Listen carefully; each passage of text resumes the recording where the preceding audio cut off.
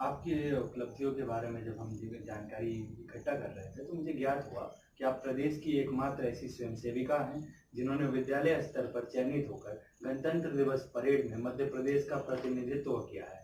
कैसा अनुभव रहा एक स्कूली छात्रा का गांव की पगडंडी से निकलकर राजपथ तक का सफर? सबसे पहले मैं बताना चाहूंगी कि जिस वक्त मेरा राष्ट्रीय गणतंत्र दिवस परेड शिविर 2016 के लिए चयन हुआ था, तो मैं मात्र 17 साल की उम्र की थी और मतलब मैंने विद्यालय स्तर पे मध्य प्रदेश विद्यालय स्तर पे चयनित होकर राष्ट्रीय सेवा योजना, राष्ट्रीय गणतंत्र दिवस परेड शिविर में मध्य प्रदेश का प्रतिनिधित्व करने का मुझे सौभाग्य प्राप्त हुआ। और इसके माध्यम से मैं बहुत शुक्रिया करना चाहती हूँ मेरे जितने भी वरिष्ठ जन हैं, मेरे गुरुजन हैं, मेरे कार्यक्रम अधिकारी जी, मेरे सीनियर दुर्गा शंकर सूर्यवंशी जी, जिन्होंने वर्ष 2015 में राष्ट्रीय गणतंत्र दिवस पर परेड में भागीदारी की थी। तो उन्हें देखकर मुझे प्रेरणा मिली कि मुझे भी कहीं ना कहीं इस चीज़ की तैयारी करना चाहिए। और समय समय पर मुझे मेरे कार्यक्रम अधिकारी आशीष बंद्रा जी का और भैया का सहयोग मिला है। उन्होंने मुझे बहुत मार्गदर्शन दिया है कि मुझे कैसे क्या तैयारी करना चाहिए इसकी, और मैंने बहुत वक्त पहले से इसकी तैयारी शुरू कर दी थी, क्योंकि इससे पहले जब भैया ने सिलेक्शन दिया था तब मैंने भी सिलेक्शन दिया था, पर मेरी उम्र कम थी उस वक्त और मैं उस वक्त 11th की स्टूडेंट थी।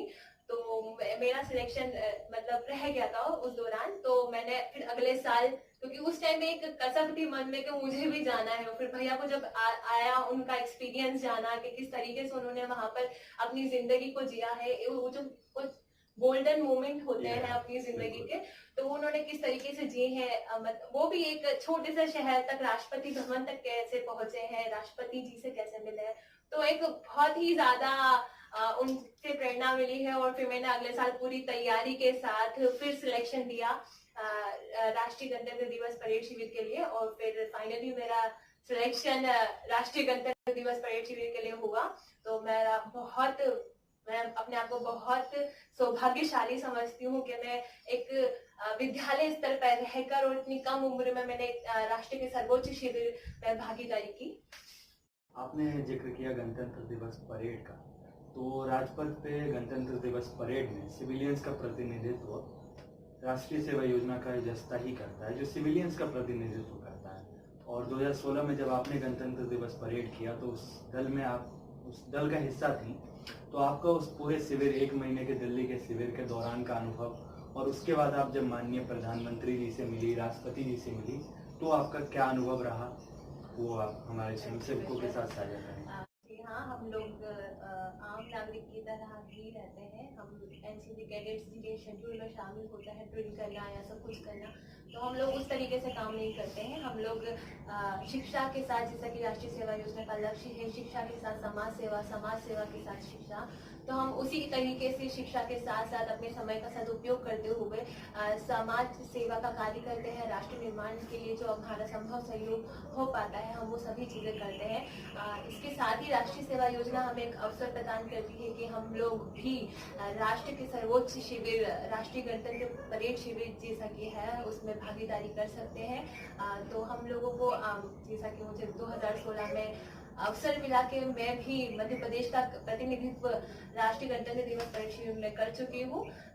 तो वहाँ पर जो सभी ड्रिल्स के जो कंटीजेंट खड़े रहते हैं, तो उसमें हम लोगों का जो प्लाटून होता है वो एकदम प्रॉपर सिविलियंस का प्लाटून होता है, जिसको उस दौरान पता नहीं होता है कि उससे पहले जब हम लोग प्रशिक्षण प्राप्त करते हैं तो शायद हम लोगों को ड्रिल नहीं आती है, ये नहीं आती, पर हम लोगों को पूरी ट्रेनिंग दी जाती है कि हम लोग कैसे ड्रिल करना है, हम लोगों को वहाँ पर कैसे परेड करना है। तो ये हमारे लिए बहुत बड़ी बात है कि एक सिविलियंस के नाते राष्ट्रीय सेवा योजना जुड़ने के पश्चात हम लोगों को इतने बड़े शिविर में भागीदारी करने का अवसर मिलता है। तो ये काफी गौरव की बात है। और हम लोग सिविलियंस वहाँ पर राजपथ पे चलते हैं तो हमें ये कहा जाता है कि समाज सेवा करने के साथ साथ, जो शिक्षा के साथ साथ समाज सेवा करते हैं, उन लोगों का भी प्लाटून आज राजपथ पे राष्ट्र के गणतंत्र को सलामी दे रहा होता है। तो ये काफी गौरवमयी पल होता है कि और मैं एक्सपीरियंस शेयर करना चाहती हूँ कि राष्ट्रीय गणतंत्र दिवस परेड शिविर में जब मैं पहुंची थी तो मुझे जब परेड का जो सेशन होता है, जब सिलेक्शन राउंड होता है, क्योंकि 200 वॉलेंटियर्स इंडिया के गणतंत्र दिवस परेड में भाग लेते हैं और उनमें से 144 वॉलेंटियर्स को राजपथ पर परेड करने का मौका मिलता है। तो जब मैं परेड करी थी तो वहाँ पर प्लाटून सिलेक्ट किए जाते हैं, वीक प्लाटून और स्ट्रॉन्ग प्लाटून, जिसमें से उनका सिलेक्शन चलता है। तो उस प्रोसेस में जब मैं फर्स्ट सेकेंड डे रही तो मुझे वीक प्लाटून में डाल दिया गया था, तो मैं बहुत ज्यादा डर गई थी। हालांकि मुझे परेड आती थी क्योंकि मैं 9th और 10th में एनसीसी वॉलेंटियर भी रह चुकी हूँ, एनसीसी कैडेट रह चुकी हूँ।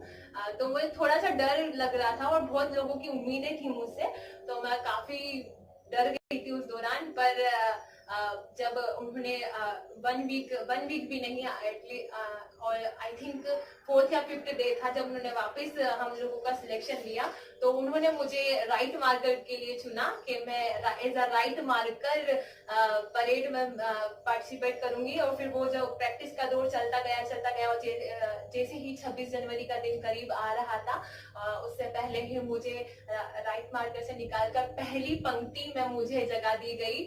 तो मेरे लिए बहुत ज्यादा प्राउड मोमेंट था कि मैं पहली पंक्ति में रहकर मैंने राष्ट्रीय गणतंत्र दिवस परेड शिविर के दौरान राजपथ पर पहली पंक्ति में रहकर मध्य प्रदेश का प्रतिनिधित्व किया। तो ये मेरे लिए बहुत ही ज्यादा महत्व रखता है और मुझसे जुड़े हुए लोगों के लिए भी बहुत महत्व रखता है।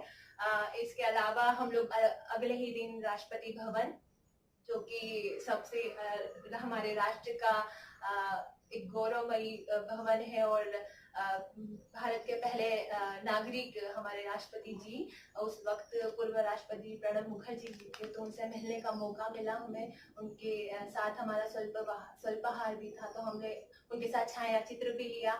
उसके पश्चात हम पूर्व उपराष्ट्रपति हामिद अंसारी जी, उनसे भी मिले। प्रधानमंत्री जी श्री नरेंद्र मोदी, उनसे भी मिले। रक्षा मंत्री जी मनोहर पर्रिकर, उनसे भी मिले।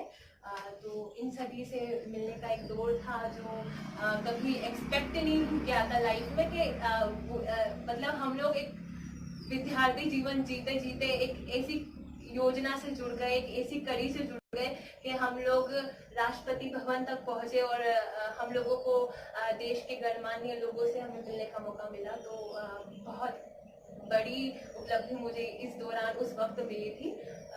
और इस सारी चीजों का श्रेय राष्ट्रीय सेवा योजना जी बिल्कुल, राष्ट्रीय सेवा योजना से जुड़ने के पश्चात ही मुझे इतनी बड़ी उपलब्धियां मिली हैं, और बहुत कुछ चेंज राष्ट्रीय सेवा योजना से जुड़ने के बाद मेरे व्यक्तित्व में आया है। तो हर चीज का